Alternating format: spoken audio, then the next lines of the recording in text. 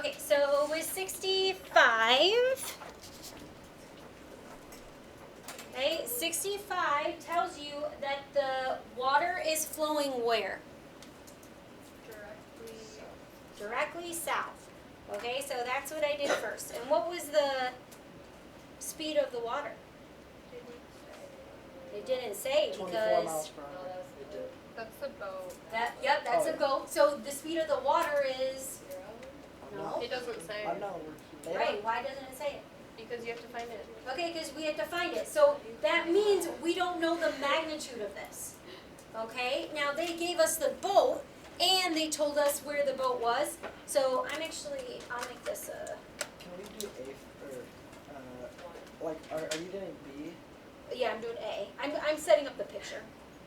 He's showing a picture to do both. Oh, okay. Yes, yeah. So this is gonna be my axis. Yeah, we are gonna do both. Okay, so the picture just tells you, or the original problem tells you that the water is flowing directly south, and then it tells you that the boat is floating maybe, 72 degrees east of north. 18 degrees. North 72 degrees east. Okay, so if I do north 72 degrees I east, think. Wait. yep, Yeah, it is, that's yep. So that means that this angle is 72 degrees. Yeah. Now, based on our bell work, what would our theta value be? 18. Good, okay, so theta is this value here, which is gonna be 18 degrees. And then what I wanna do is find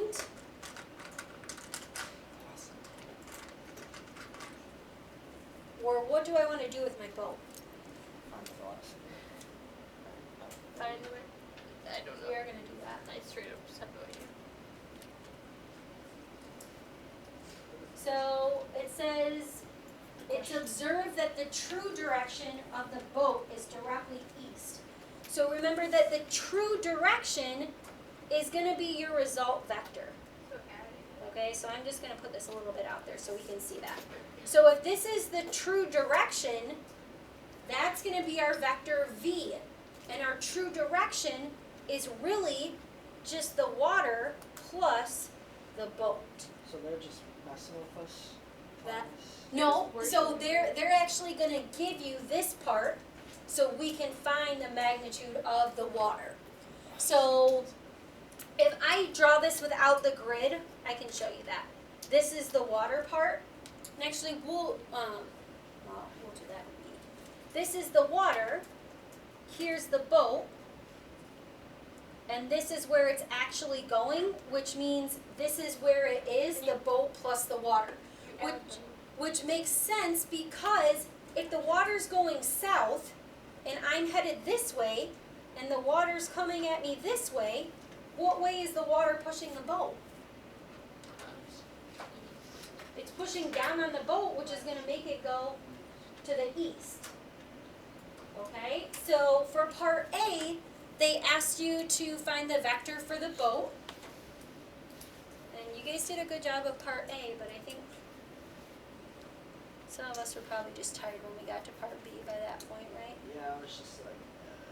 So this is gonna be 24 cosine of 18 degrees, and then 24 sine of 18 degrees, which would be 22.83 and then 7.42. Okay, so that's for part A.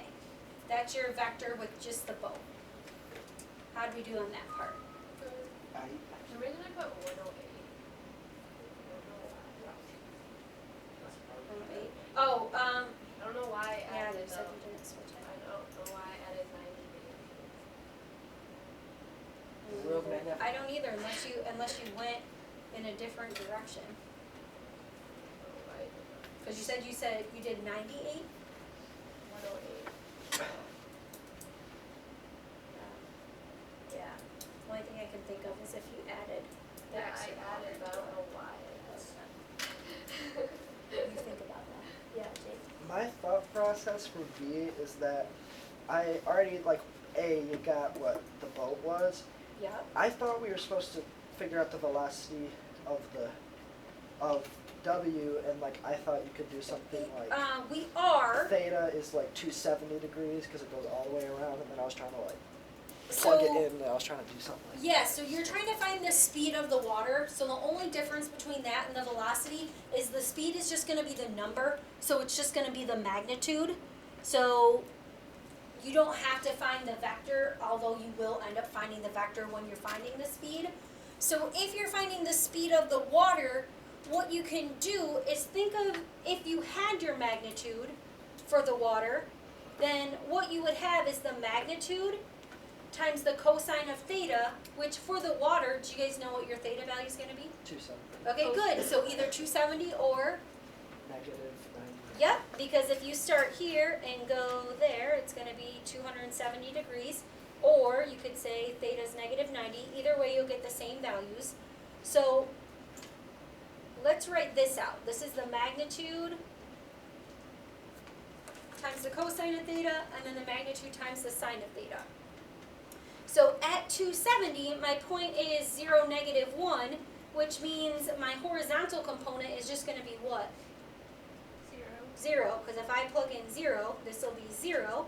And if I plug in negative 1 for this, I'm just going to have the negative magnitude of W. Okay, so that's all that we have for that one, but we do know where our true direction is. So our true direction vector is going to be the water plus the boat. So let's add those two together. Okay, so if I add the water and the boat, my horizontal component here is 0. My horizontal component here is 22.83. So I'm still just going to have 22.83. And then for the second one, I'm just going to write an expression. Okay, and I'm just going to add 7.42 minus the magnitude. So 7.42 minus the magnitude of the water. Oh, because you're adding it. Yes, yep, because if you plus the negative, you can just write it as the negative. Okay, so we can do that because we know what this true velocity vector is. Now, the true velocity is headed where? South? Nope. Wait. East. Yeah, east, right? Okay, so this is headed due east. If you're going to the east, then one of your components is going to be 0. So you can either think about this like we did before. If you're going east, what type of forces do you not want? South. South and north, right? Because Vertical. they would push you down or they would push you up. And you don't want that if you're going true east. So which component has to be 0? Vertical west. Yeah, so your vertical component is going to be 0. So therefore your vertical component has to equal 0. And then you can solve. Right, so in Reagan you probably use the same logic that you used before, right? Because if it's east, what's your vector going to be? Did you still do the tangent? or not? Okay, yeah, so you could also look at this vector and say, okay, this vector is going to have the component 0, 1, and then you could set them equal, or 1, 0, right? That's what that. Because you're going 1 unit to the east and then 0 up or down, so you could also set it equal. Good, and then I would just add this to both sides. And then this is going to be my magnitude, which is the speed, so 7.42 miles per hour. So this is going to be the speed of the river, of the current, of the water. Very good. I'm so proud of some of you guys for figuring that out. I know we're not done with this problem, but what questions do you guys have for me up until this point? So Uh-huh. for a lot of these, it's not like, because for a lot of this, I was like, oh, I have to find out which formula I have to use. But a lot of it is just like, Common sense. yeah, You like could writing reason. it, like drawing it and writing it out logically. I'm like, oh Yes. yeah, because if it was this, okay. Yes. Because I didn't know, I didn't So you can I didn't think about that. use the formula still, but you could also figure it out based on things that you've already done. So like the vectors and the trig. Okay. Right? And then let's go to the true speed of the boat. So if this is our speed, our true speed is going to be the magnitude Do we have to? of our vector v. So first, our vector v is the w plus the b, which is really this vector here. So our vector is 22.83, and I know this was our magnitude, but if I plug my magnitude in, what do I get? 0. So this is my vector to find the true speed. I'm just going to do the magnitude of this vector, which is going to end up being what?